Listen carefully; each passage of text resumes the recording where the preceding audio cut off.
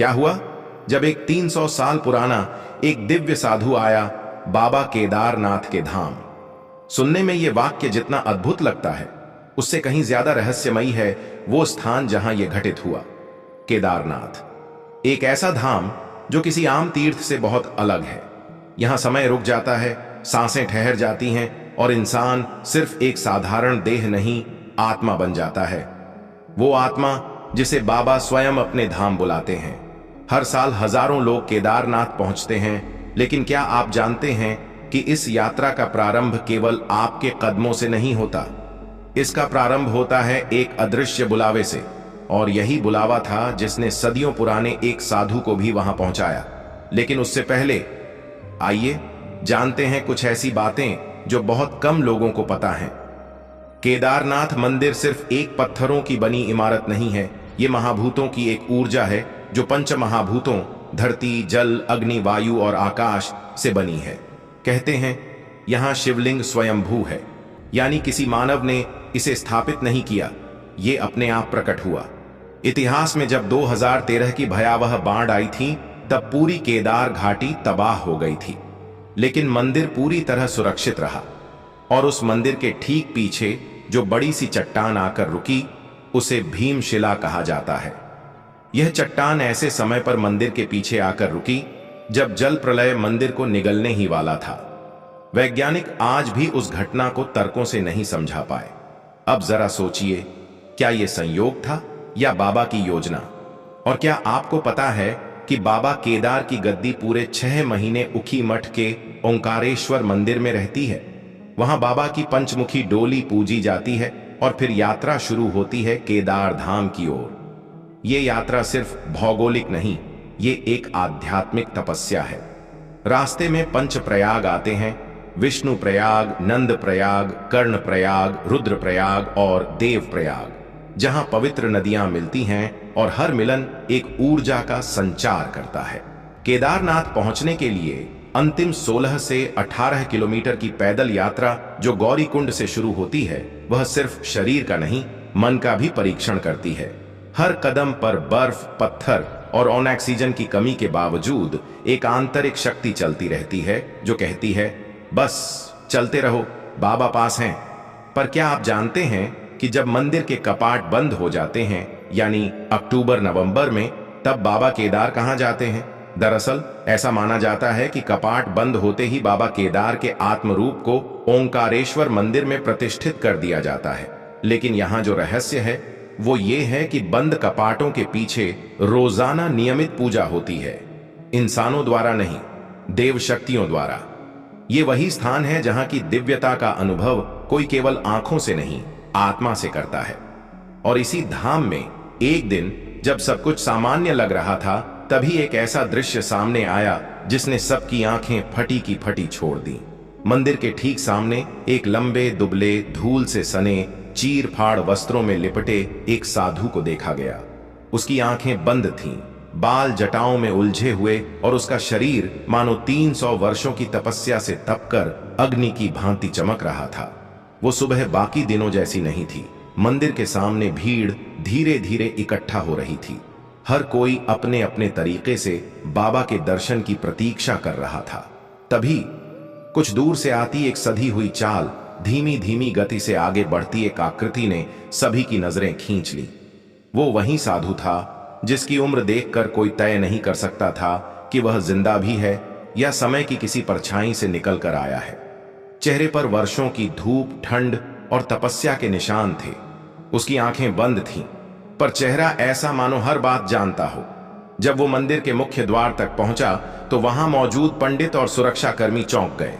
किसी ने कहा, अंदर प्रवेश मना है बाबा, पहले अनुमति लीजिए। साधु कुछ नहीं बोला, उसने सिर झुकाए रखा और बस वहीं बैठ गया। मंदिर के सामने पत्थर की सीढ़ियों पर लोग उसे घूरते रहे, कुछ डर से, कुछ श्रद्धा से और कुछ कौतूहल से। कोई कह रहा था, ये तो पागल लगता है। कोई बोला, अरे नहीं, देखो इसके पैरों में न जूते हैं न कोई घाव, ये तो जमीन से उड़कर आया है। धीरे धीरे चारों ओर ये बात फैल गई कि एक अद्भुत साधु बाबा के द्वार पर बैठा है और कोई नहीं जानता वो कौन है। फिर अचानक मौसम बदलने लगा। आसमान जो साफ था बादलों से ढक गया। मंदिर की घंटियां अपने आप बजने लगीं। तेज हवा चली और मंदिर के सामने रखा घी का दीपक बिना बुझाए जलता ही रहा। इतने में वो साधु उठा और पहली बार अपनी आंखें खोली। उन आंखों में कुछ था, जैसे सदियों का ज्ञान, ब्रह्मांड की शांति और साक्षात शिव की दृष्टि। सभी ने देखा कि मंदिर का मुख्य द्वार जो बंद था और भक्तों की लाइन अलग थी, वह द्वार खुद ब खुद खुलने लगा। पंडित और सुरक्षाकर्मी हक्का बक्का रह गए। कोई कुछ समझ ही नहीं पाया कि क्या हो रहा है। तभी साधु ने अपना दाहिना हाथ उठाया और मंदिर की ओर देखा, बिना कोई शब्द बोले, बस दृष्टि से। और वो द्वार जो कई ताले चढ़ाकर बंद किया गया था, जैसे किसी अलौकिक शक्ति से खुल गया। वो साधु चुपचाप अंदर गया। किसी ने उसे रोका नहीं, कोई कुछ बोल भी नहीं पाया। मंदिर के भीतर जाकर वह सीधा बाबा के शिवलिंग के सामने बैठ गया। वहां उसने न तो कोई मंत्र पढ़ा, न कोई फूल चढ़ाया, बस आंखें मूंद लीं और ध्यान में चला गया। पंडितों ने बताया कि जैसे ही वह ध्यान में गया, मंदिर के अंदर एक तीव्र सुगंध फैलने लगी। चंदन, धूप और कुछ ऐसा जिसे शब्दों में नहीं बताया जा सकता। साथ ही बाबा के शिवलिंग पर स्वतः जल टपकने लगा। कोई नहीं जान पाया वो कहां से आ रहा था। जब वो साधु ध्यान से उठा तो उसकी आंखों से आंसू बह रहे थे। उसने बस एक बात कही, अब समय निकट है, शिव स्वयं जागृत हैं। इतना कहकर वह बाहर निकला और जो आया था उसी तरह चुपचाप पहाड़ों में विलीन हो गया। लोगों ने खोज की, हर जगह पूछा कौन था वो। आसपास के गांवों में पता किया गया, पर कोई भी उसे जानता तक नहीं था। कुछ ने तो यह भी कहा कि उन्होंने ऐसा चेहरा वर्षों पहले मंदिर की एक पुरानी दीवार पर बने चित्र में देखा है, एक तपस्वी का जो सैकड़ों साल पहले यहां आया था और फिर लोप हो गया।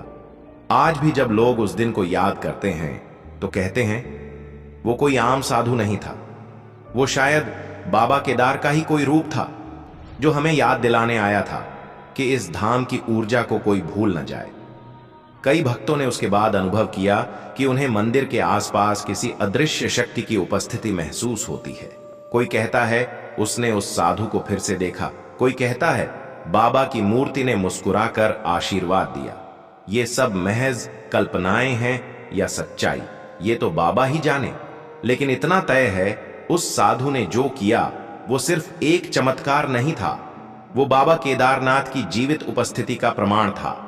चलिए अब बात करते हैं उन चमत्कारों की जो हर साल केदारनाथ धाम में होते हैं और जिन्हें सुनकर, देखकर या महसूस करके हर भक्त के मन में यही भाव उठता है, सच में ये स्थान किसी और ही लोक से जुड़ा है।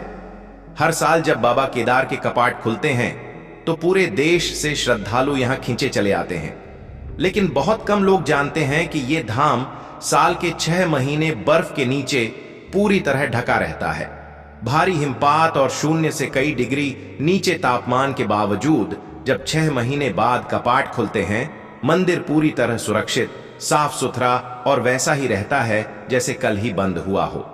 बर्फ न तो मंदिर को नुकसान पहुंचाती है, न ही दीवारों की नक्काशी को। और आश्चर्य की बात यह है कि मंदिर के ऊपर जमी बर्फ अपने आप किनारे हो जाती है, जैसे कोई अदृश्य शक्ति मंदिर की रक्षा करती हो। कई बार मंदिर की छत पर इतनी बर्फ जम जाती है कि वैज्ञानिक भी सोच में पड़ जाते हैं, ये मंदिर कैसे बचा रहता है। लेकिन जब भक्त आते हैं और बाबा का नाम लेते हैं तो ऐसा लगता है मानो पूरा धाम ही उनके स्वागत के लिए जीवंत हो उठा हो। अब बात करते हैं एक और अद्भुत तथ्य की।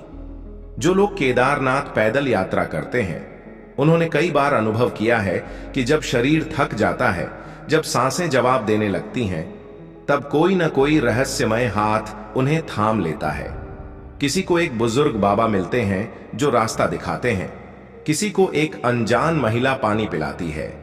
लेकिन जब वापस लौटकर पूछा जाता है वो कौन थे, तो आसपास के दुकानदार या स्थानीय लोग कहते हैं यहां तो ऐसा कोई नहीं रहता। कहते हैं बाबा अपने भक्तों की परीक्षा लेते हैं, लेकिन अगर श्रद्धा सच्ची हो तो वो स्वयं सहायता करते हैं। अब बात करते हैं केदारनाथ धाम जाने के सही समय की। कपाट आमतौर पर अप्रैल या मई में अक्षय तृतीया के दिन खुलते हैं और अक्टूबर नवंबर में भैया दूज के दिन बंद होते हैं। लेकिन अगर आपको चमत्कारों को महसूस करना है, मंदिर की ऊर्जा को अपने भीतर उतारना है, तो सुबह के आरती समय या शाम की संध्या आरती के वक्त जाए। कई भक्तों ने बताया है कि शाम की आरती के वक्त जब दिए जलते हैं, घंटियां बजती हैं और पूरे परिसर में ओंकार की ध्वनि गूंजती है, तब ऐसा लगता है जैसे समय थम गया हो। कुछ यात्रियों ने यह भी अनुभव किया है कि मंदिर के चारों ओर घूमते समय अचानक उनका सिर अपने आप झुक गया, मानो कोई अलौकिक शक्ति उन्हें नतमस्तक कर रही हो। कोई कहता है उन्होंने शिव के डमरू की आवाज सुनी, तो कोई कहता है मंदिर के भीतर किसी ने सिर पर हाथ फेरा और उनकी वर्षों पुरानी बीमारी चली गई। ये अनुभव भले ही व्यक्तिगत हों, लेकिन जब लाखों लोग एक जैसे अनुभव साझा करें तो वह केवल संयोग नहीं रह जाता, वह बाबा की उपस्थिति का प्रमाण बन जाता है। और अब जब आपने ये पूरी यात्रा शब्दों में सुनी है, तो अगली बार जब आप स्वयं केदारनाथ जाएं, तो सिर्फ एक तीर्थ की तरह मत देखिए, इसे उस स्थान की तरह देखिए जहां साक्षात भगवान वास करते हैं। शिव कोई मूर्ति नहीं है, शिव एक चेतना है, और केदारनाथ वही स्थान है जहां वह चेतना सबसे अधिक प्रकट होती है। अगर आपको ये कथा पसंद आई हो तो इसे जरूर आगे बढ़ाएं, क्योंकि हो सकता है किसी और को भी बाबा की यह दिव्य कहानी सुनने की आवश्यकता हो। और याद रखिए, हर हर महादेव कहने से नहीं, जीने से चमत्कार घटित होते हैं। अगर आप ऐसी और कहानियां सुनना चाहते हैं तो चैनल को सब्सक्राइब करें और अगली बार किसी नए चमत्कार के साथ फिर मिलेंगे। तब तक जय बाबा केदार।